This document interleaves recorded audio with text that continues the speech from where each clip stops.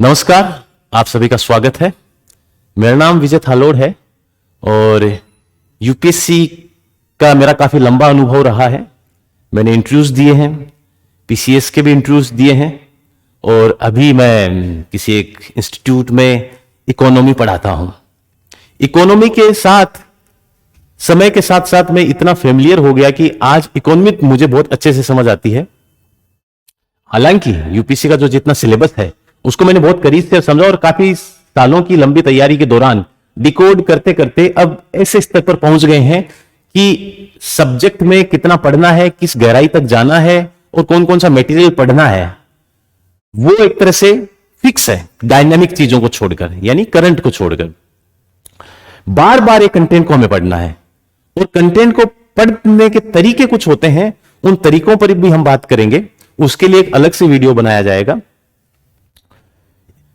मेरी स्ट्रेटेजी, जब भी मैंने बहुत सारे कैंडिडेट्स को बोलते हुए सुना तो देखिए कुछ अलग इसलिए है क्योंकि मुझे लगता है कि ज्यादा मटेरियल को लेकर हमें नहीं चलना चाहिए। हालांकि ये बात बहुत लोग कहते हैं, लेकिन उसमें थोड़ी बहुत किंतु परंतु कहीं ना कहीं जुड़ी होती है। तो यहां मैं बिना किसी किंतु परंतु के कुछ चीजें आपको बताऊंगा और यकीन मानिए ये अगर आप इसको फॉलो करते हैं तो बहुत ही अचूक रणनीति होने वाली है ये आपके लिए। देखिए, इकोनॉमी को जब आप समझते हैं तो पहले पढ़ने से पहले, अभी आप पढ़ाई शुरू नहीं की आपने इकोनॉमी का, कहने का मतलब एकदम बिल्कुल यूं मान लीजिए एकदम बिल्कुल फ्रेश स्टूडेंट आपको जीरो पता है, वह तब शुरू कैसे करना है। आप सिलेबस को देखिए, सिलेबस को देखने के बाद एग्जाम को दो तरीके से इमेजिन कीजिए। पहला प्रीलिम्स में आपको पीवाईक्यूज देखने हैं, आपको क्वेश्चंस जो है उनको स्मेल करना है कि ये क्वेश्चंस आ कहां से रहे हैं। एक ही किसी सेक्शन से सारे सवाल नहीं पूछे जाते, कुछ सवाल कंसेप्चुअल जो बेस है वहां से पूछे जाते हैं, कुछ सवाल करंट और कंसेप्ट दोनों को मिलाकर पूछे जाते हैं और एक तीसरा सेक्शन होता है कि एक दो सवाल कोई पॉलिसी से जोड़कर पूछ लिया जाए। अब हर सवाल का अपना एक नेचर होता है, यानी कि उसमें जो सेंटेंस में जो वर्ड्स यूज किए गए हैं उनका अपना एक स्टाइल होता है और यूपीएससी का अपना खुद का एक अलग स्टाइल है। यूपीएससी अपनी भाषा जो है यूं समझिए कि उसका वो पेटेंट है। आप बार बार किसी एक लाइन को पढ़ेंगे, अब फिर दूसरी बार दूसरी को पढ़ेंगे तो आप देखेंगे और पाएंगे कि यूपीएससी का पूछने का अपना एक अलग ही तरीका है। अगर आपको कोई सेंटेंस यूपीएससी की स्टाइल से मैच करता हुआ नहीं दिखता है तो यूं मान के चलिए, मैं 100% नहीं कह रहा हूं, यूं मान के चलिए कि उस स्टेटमेंट में, यानी यूपीएससी द्वारा पेपर में उस स्टेटमेंट में कोई दिक्कत है, चांसेस है कि वो गलत हो सकता है।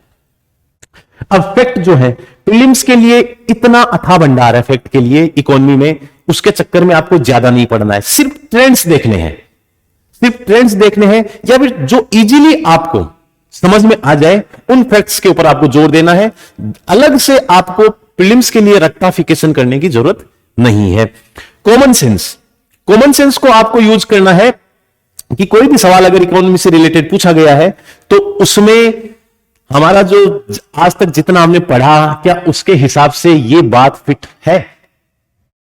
जैसे एक एग्जांपल से मैं आपको बताता हूं कि मान लीजिए कि आपने बजट के बारे में बहुत अच्छे से पढ़ रखा है, अब आपके सामने एक सवाल आया जिसमें आपको पता चला कि ये तो मैंने पढ़ा ही नहीं, तो यहां पर आपको एक गौर करने की जरूरत है कि ये चीज वहां नहीं थी। फिर यूं मान के चलिए कि वहां होती तो आपने पढ़ी होती, और अगर आपने बहुत अच्छे से पढ़ी है तो याद भी होती। उस केस को छोड़ दें कि जब माइंड से स्लिप कर जाएं, लेकिन जनरली तो ये है ना, तो इट मींस कि उस फैक्ट के या फिर उस सेंटेंस के गलत होने के चांसेस बढ़ जाते हैं। इस तरह से आपको कॉमन सेंस यूज करना है, ठीक है। दूसरा, एलिमिनेशन वाली जो पेपर किस तरह से सोल्व किया जाए, हमारी चर्चा उस पर नहीं है आज। हमारी चर्चा है कि इकोनॉमी को हम कैसे हैंडल करें।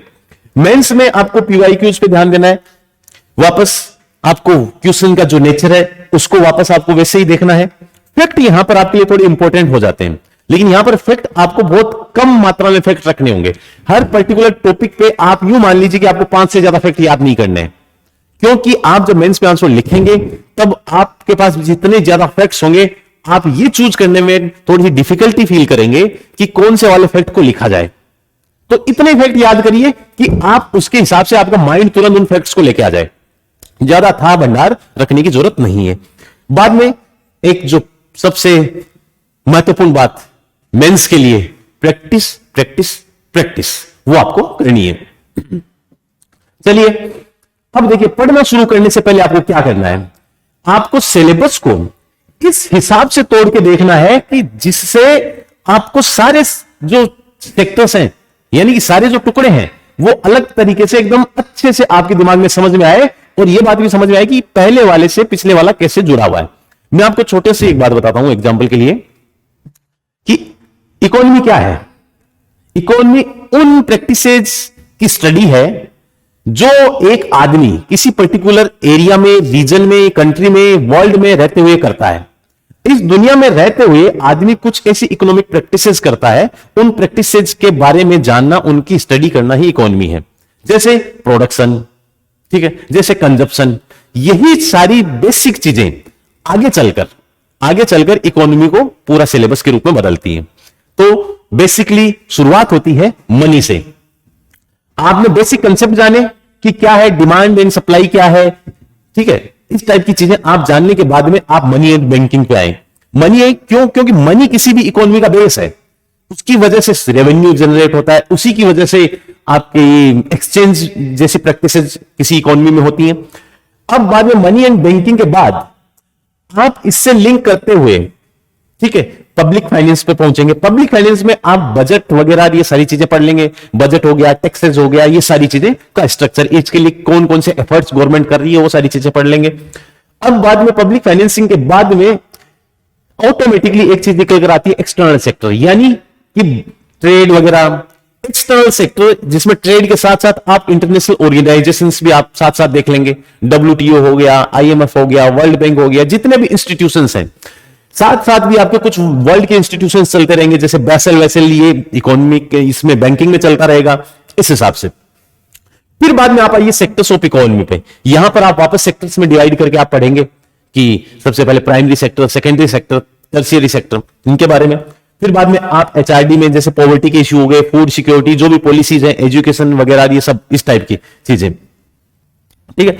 अब बाद में एक चीज इसमें और बचती है, वो है issues, growth versus development, investment model कौन से हैं, ठीक है, सस्टेनेबल डेवलपमेंट की आप बात करेंगे, ठीक है। इसके अलावा जैसे इंफ्रास्ट्रक्चर के लिए किस हिसाब से, मतलब कि क्या क्या इश्यू है इंफ्रास्ट्रक्चर डेवलपमेंट के, एटसेट्रा एटसेट्रा। इनके साथ में पॉलिसीज को आप साथ में चलते रहने दें। पॉलिसीज के लिए अलग से डॉक्यूमेंट भी आता है, लेकिन आप अलग से डॉक्यूमेंट पढ़ेंगे तब आपको वो रटने की ज्यादा जरूरत पड़ेगी। आप बेसिक ये कर सकते हैं, लेकिन इनके साथ साथ भी चलने दें, क्योंकि आपके मेंस में बहुत काम आने वाला है। अगर आप साथ साथ चलेंगे तो मेंस में आपको अलग से कोई पॉलिसी के लिए नहीं पूछेगा कि इसके लिए, अगर एक सवाल पूछ ले तो कोई बड़ी बात नहीं है, लेकिन इसके अलावा आपको हर क्वेश्चंस में, मेंस के हर क्वेश्चन में आपको जो पॉलिसीज है उनको साथ में कनेक्ट करते हुए चलना है। तो ये चीज आपको समझ में आ गई।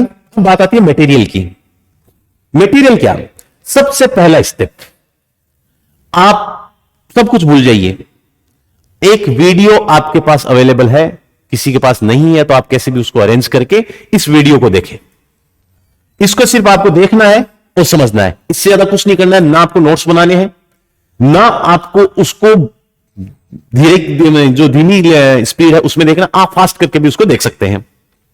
बाद में दूसरी स्टेप इसके बाद आती है कि आप अगर कोई टेक्स्ट बुक पढ़ते हैं, मैं ये नहीं कह रहा हूं कि जरूरी है पढ़ना, मैं कह रहा हूं कि अगर आप टेक्स्ट बुक पढ़ते हैं, जैसे इकोनॉमिक डेवलपमेंट NCERT वाली आप पढ़ते हैं, वैसे आप ये जो सारी बाकी चीजें पढ़ेंगे उनमें आपके इसके प्रति अंडरस्टैंडिंग है वो ऑटोमेटिक क्लियर होती जाएगी। तो अगर आप इसको पढ़ते हैं तो उसमें से सिर्फ आपको काम की चीज निकालनी है। काम की चीज कब कैसे पता चलेगी आपको? कि आपने जब प्रीवियस ईयर के जो क्वेश्चंस है उनका एनालिसिस किया है, तब आपको पता चलेगा कौन सी काम की चीज है। कहने का मतलब यह है, इकोनॉमिक डेवलपमेंट वाली बुक को आप 10 पेज में कन्वर्ट कीजिए अगर करना है तो, जो काम की चीज है। उससे ज्यादा इकोनॉमिक डेवलपमेंट वाली बुक में कुछ नहीं है पढ़ने के लिए। प्लस आप मान लीजिए कि नितिन सिंघानिया की भी अगर कोई आज, क्योंकि नई बुक आई है, काफी लोगों में मतलब लोग उसे देख रहे हैं और मैंने वो बुक देखी है, मैं कहूंगा कि ठीक है, बट आपका अकेला उससे काम नहीं चलेगा। तो अगर आप ये नहीं भी पढ़ते हैं तो भी कोई दिक्कत नहीं है। अगर पढ़ते हैं तो इसमें से कुछ चीजें तो रिपीटेड हैं जो कि आप बाद में पढ़ेंगे। आपने वीडियो में देखा सबसे पहले, इससे आपकी बेसिक अंडरस्टैंडिंग डेवलप हुई, आपको सिलेबस के बारे में और पिक्चर क्लियर हुई कि क्या क्या चीजें हैं, किस एक्सटेंट तक अपने हमें पढ़ना है।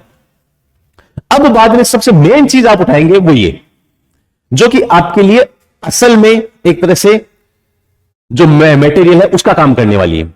आप इनके भी नोट्स उठा सकते हैं, इनके भी नोट्स उठा सकते हैं, इनके भी उठा सकते हैं।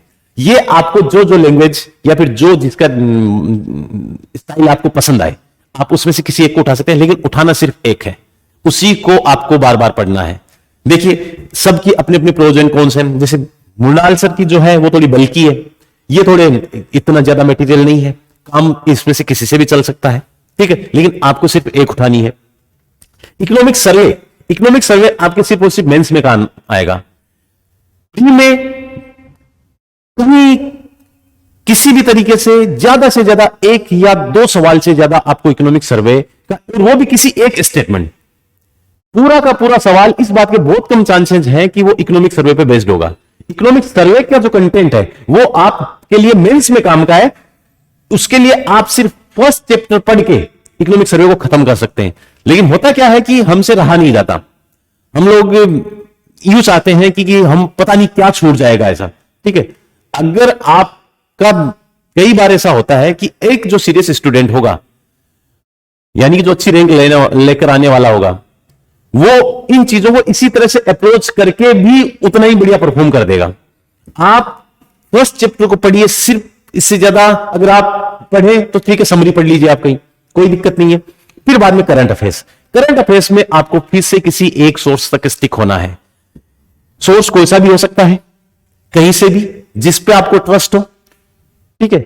आप मार्केट में किसकी ज्यादा क्रेडिबिलिटी है आप उसको चेक कर सकते हैं, देख सकते हैं, वो आपके ऊपर डिपेंड करता है, सबके अपने अपने पैरामीटर होते हैं।